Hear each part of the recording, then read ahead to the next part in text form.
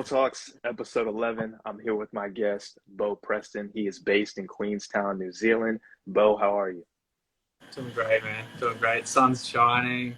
We're getting into summertime here, so it's early spring. The sun's out. It's warm. All right. Love All right. it. Excellent, man. So I know that you've only been in Queenstown for about 4 to 5 months. So what prompted that move? Dude, I think before COVID, my partner and I were planning to come here just for a little sort of working holiday, little break. But yeah, we got stuck, like everyone else, stuck for 2 years. Yeah. And then just, worked hard to try and get here. We just, basically for me, it was just to be around mountains, right? Like Newcastle, where I'm from, it's a real surfy kind of beach town in Australia.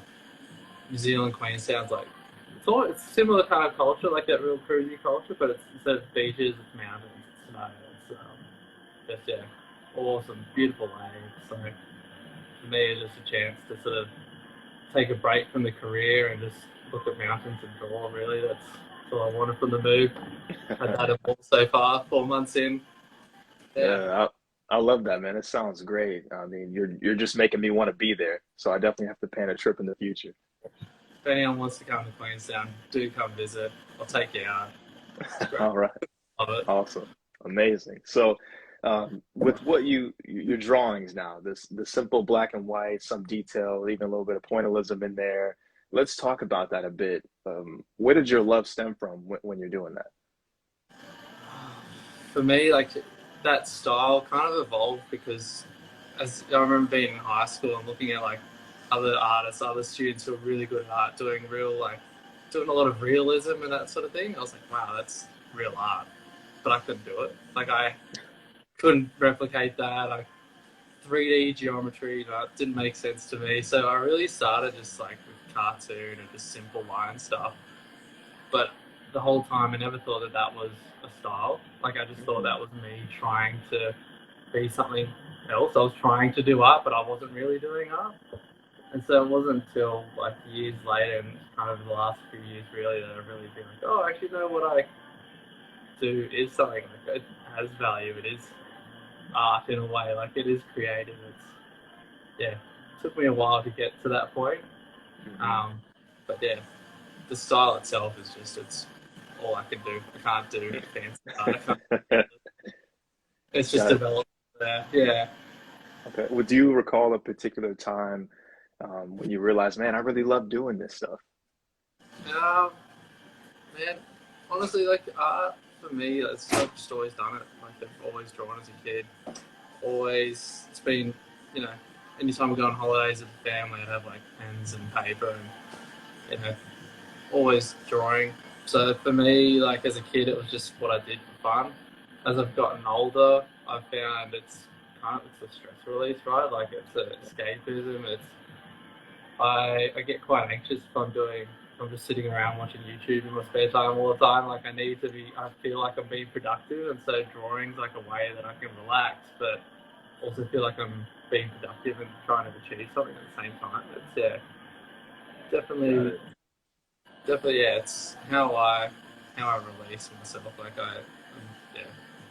relax, unwind. That's key.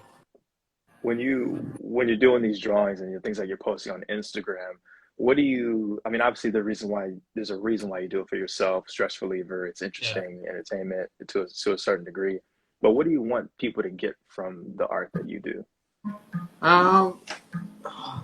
Look, for me, I guess when I started jumping on Instagram, I was looking at other artists and being inspired by them constantly, like looking up to other people who I just thought have really wicked styles, and so I'd sort of try to imitate and take bits and pieces from that. And so I sort of think back to those guys and I think if I can inspire somebody in any kind of way, like that's amazing. Like, it's been crazy the last couple of years as my account's sort of grown to get more of those comments and more of those people who said, oh, I've been following you for ages.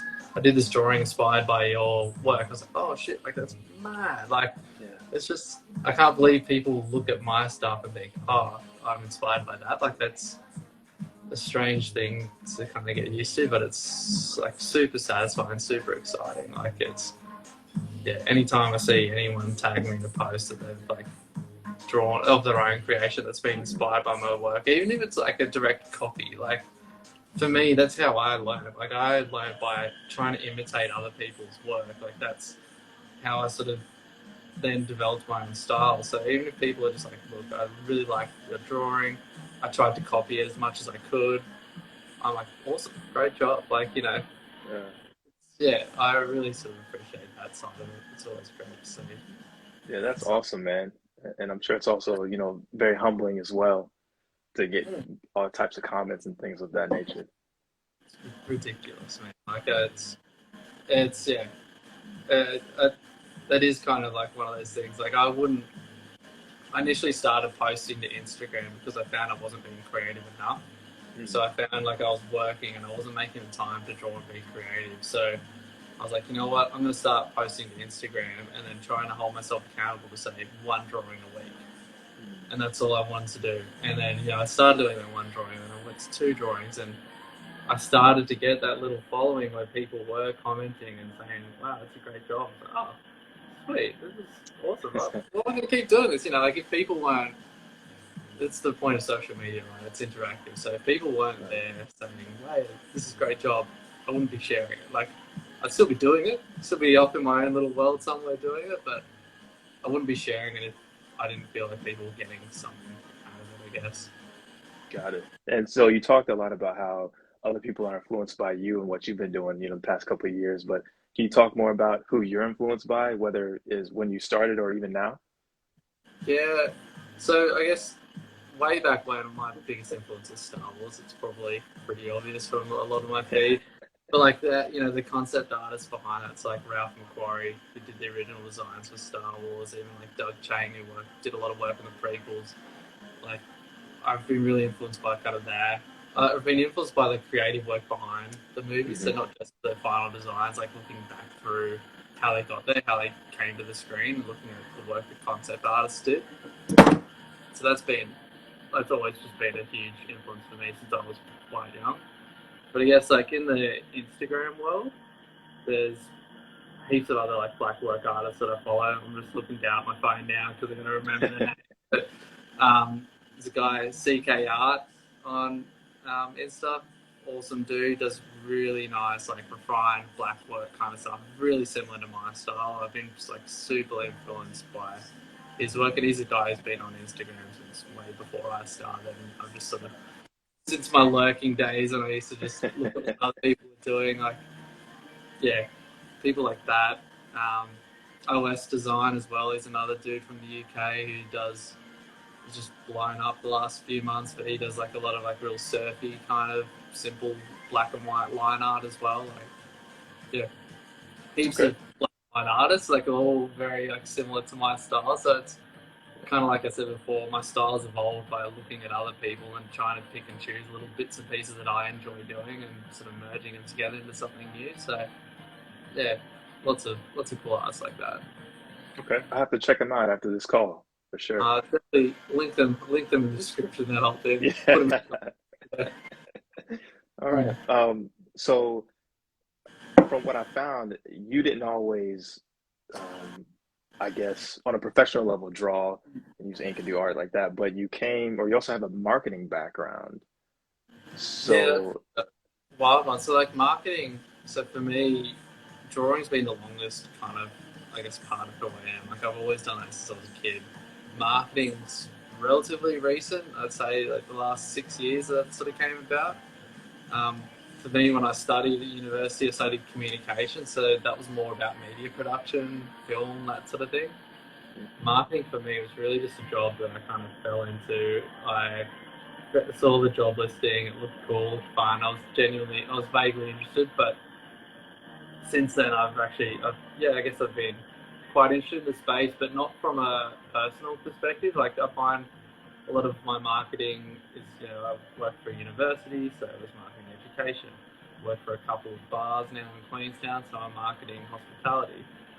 I find it hard to connect marketing myself. That's what I'm not good at. Like I'm not, I understand Instagram, I understand, what best practices are, but I know I don't really follow a lot of that because I don't feel comfortable shouting about myself. I don't feel comfortable about talking about me, really. So like there's the professional side that's like marketing, campaigns, planning, strategy, that sort of thing, which I love. But then there's the creative side, and to me, they are quite separate. I don't really mix the two. I probably should a little more if I want to be more successful in my sort of creative side. But yeah, at the moment, it's like I'd market all day. I don't want to be doing that in my spare time. I really want to shut off from that when I'm drawing and when I'm posting to Insta and that sort of thing. Yeah, marketing, it's an interesting space. It's a fun, creative space, but it's not me in my kind of creative, like, personal side. Like, I think if I could get to a point where I was just doing art for a living, that's it, I'd do that over marketing probably any day. It's just getting the balance right at the moment. So, like, I do a lot of commissions, like tattoo commissions and that sort of thing for people. I sell a little bit of prints on the side, but it's not a full-time job. So it's still trying to balance the two. Okay. Yeah, and I was going to ask you about the tattoos and how that start has been going for you, but then also on the video production side, have you been doing creative projects for yourself as far as with video, or no, not really? Yeah, not a lot. So that was something I always wanted to try and do, was to try and come up with a way to make my art more, I guess, interactive. Like, okay, my medium drawing is, it's static, it's fixed, whereas I was always trying to look for a way to try and bring my drawings to life in video. Like, I sort of dabbled in a little bit of animation and that sort of thing a while back. I guess since Reels really came about, that's when I've started doing my little time lapses with my drawings. So that's trying to everyone does time lapses, are very basic, but what I've sort of tried to do is take my digital time lapses and present them in a way that I hadn't really seen before. So that's using the digital time-lapse file, putting it on a nice photo background that I take and adding some zooms to it and that sort of thing. And it's like looking at my art in a different way again. So that's kind of been fun to really experiment with. Like, I don't think I would have done that if Reels didn't come about, and then, you've got to make Reels to grow, that kind of thing. So yeah, that's been fun. But I do a lot of video work. A lot of my video skills are used at work in marketing and that sort of thing. So I'll coordinate video shoots and that sort of thing. At the moment, coordinating video shoots for a couple of bars, it's not a very hard job, Sometimes I have to drink a beer or a cocktail because I'm the extras, or it's tough life. But okay. Yeah. And yeah, so I think you recently got some ink as well. Speaking of tattoos, right? I sure did. Not that I want to show off, but I got some fresh Lord of the Rings designs. Right. And you did those designs, right?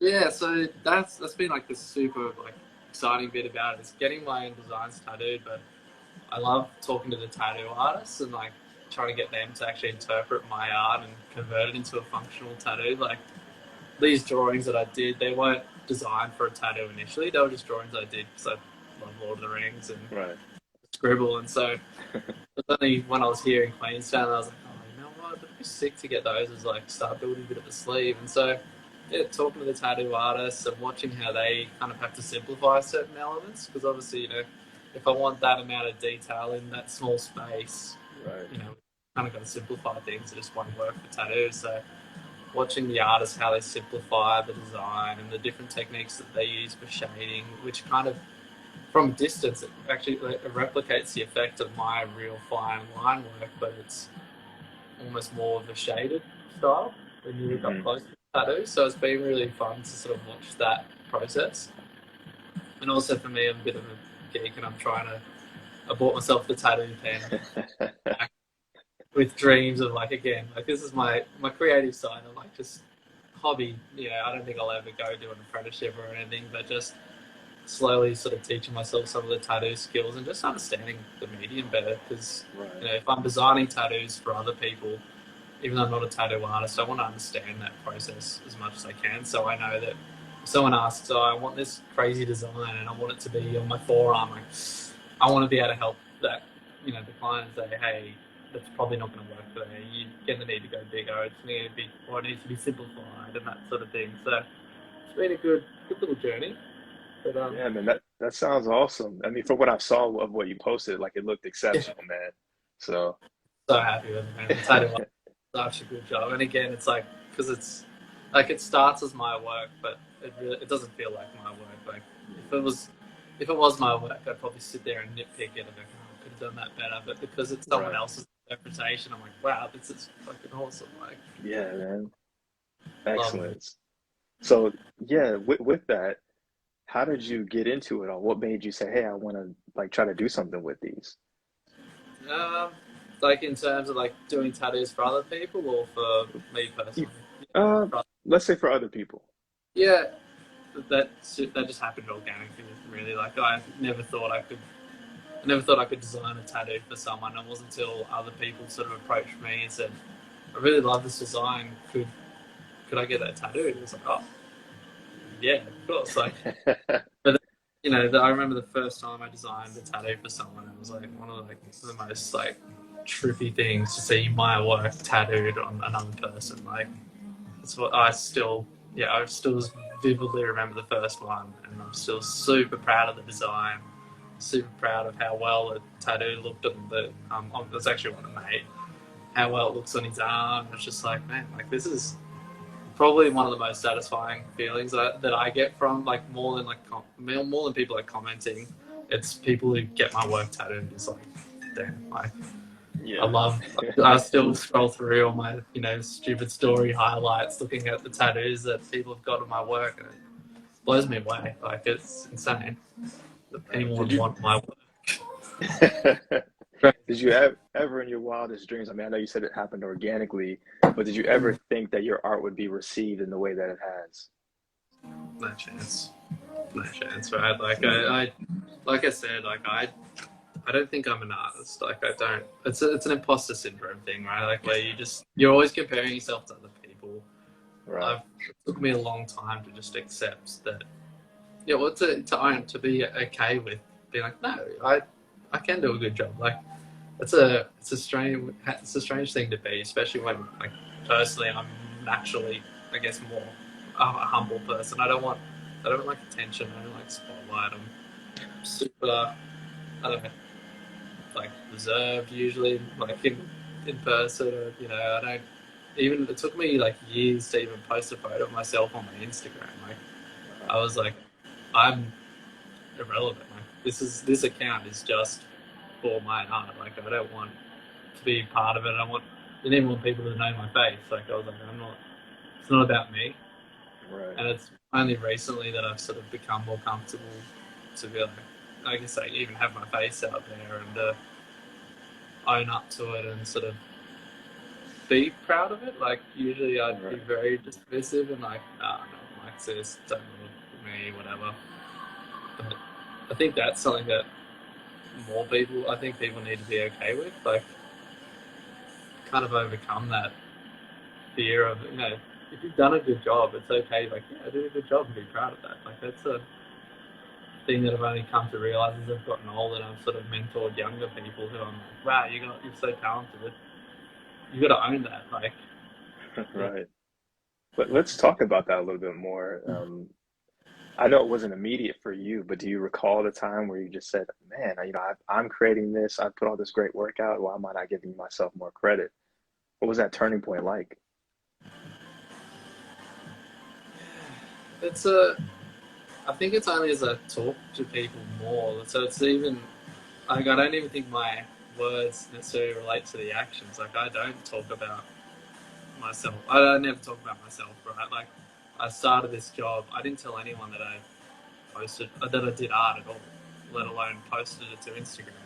It was only as like people like got to know me and they're like, "Oh, what's your Insta?" And I sort of share it. And I'm like, "Oh shit, you do art?" I was like, "Yeah."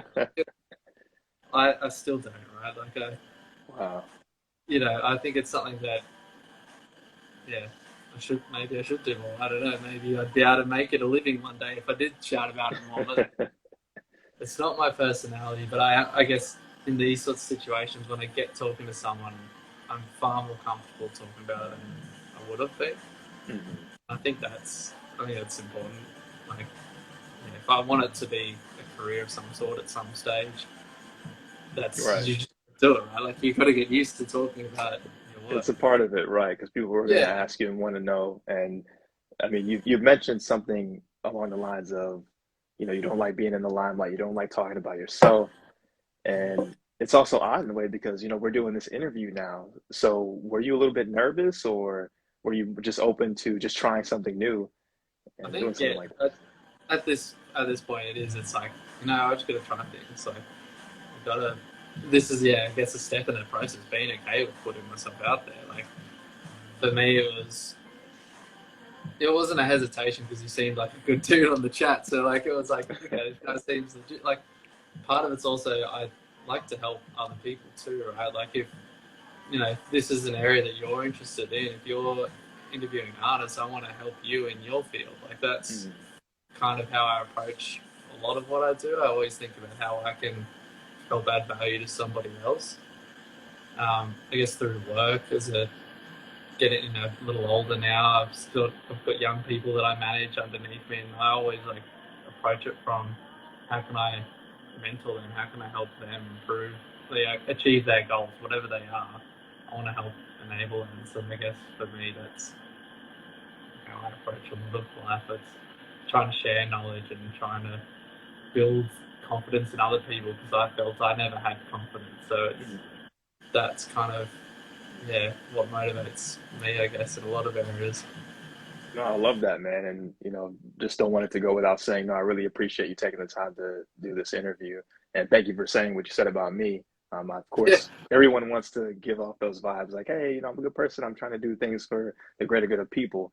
And I yeah. just admire you for what you're trying to do as well, giving back, helping, mentoring. So that's great, man. Much respect. Oh, thanks, man. Cheers. Cheers. Yeah. I really appreciate it. Um, I don't want to keep you too long, but just want to ask you like two more questions. So, Yeah, of um, course. what kind of advice do you have for other artists or creators? Like, not necessarily people who are doing the same thing you're doing, but just generally, what kind of advice would you give to people? I feel like we've sort of touched on it so much already. It's to just have the confidence in yourself. Like you've really got to back yourself in a lot of this. Like don't compare yourself to other people. In my mind, it's always going to be someone better. So you just do what you enjoy and make the most of that. Like if you really like something and you keep at it, there's no reason that you can't go far with it. Whatever it is, it's just persistence, self confidence, kind of the keys to me. It's kind Got of it, man. where I am. Like the self confidence bit maybe a little less so, but persistence definitely right. Hey, it's a work in progress. That's what we all are, man. Yeah. Always, never stops. Yeah, but Never. I appreciate that answer though. And then I guess this leads me to my last question. What do you have planned for the rest of the year? Is there any special project you'd like to get done? Anything you'd like to do for, the community that you live in with artistry or whatever you're working on? Yeah, I've always got like a million crazy ideas running around in my head. The latest one that I've not really logistically thought through in the slightest is I really would love to get my hands on some Stormtrooper helmets, like Clone Trooper helmet, a Stormtrooper helmet, and basically draw on it. Like I want to do like a full piece covered in my art, but my kind of goal behind it was I wanted it to sort of have more impact somehow. I was like, oh, it'd be cool to like auction it off for charity or something. Which then I start thinking like, okay, which charity and like how do Hmm. I haven't no logistics have been thought out, but that's kind of like where I kind of if I get a helmet by the end of the year and start drawing on it, I'll be stoked. But that's kind of where I want to go. Like it's that thinking, all right, how can I have more impacts with my art? Like I'm not connected with any real art communities beyond Instagram, so it's like, all right, how do I connect with my local communities a bit more? How can I try and give back in that area? So Stormtrooper helmet idea was the first crazy one that popped into my head. And No, that sounds dope. hold me accountable if you don't hear anything on my Instagram for the next few months. Like, what's going on with that one? That's I've always wanted to do it, but just now I just starting to feel like now's the time that I can do it and I could actually have a bit of impact with it. So Right. yeah. Instagram has made it easier to kind of share things like that on your page, like what kind of causes you've donated to and links. So yeah, that'll Yeah, be a great idea, man. that's the dream at the moment. All right, awesome. Well, hey, Beau Preston, thank you so much for this time, man. I really appreciate all your answers to the questions and just, for what you do and what you're trying to get back to just art in general. So thank you. Uh, you're a legend, man. Thanks so much for having me. Thanks for asking these questions. Like, honestly, I wouldn't. You don't stop to think about it until someone asks you. So it's All right. been super helpful for me too. I really appreciate it. Awesome, man. Awesome, man. Well, hey, you take care, enjoy your day, and we'll talk Cheers, soon. man. Great to meet you. Anytime, All anytime, right. man. Cheers, mate.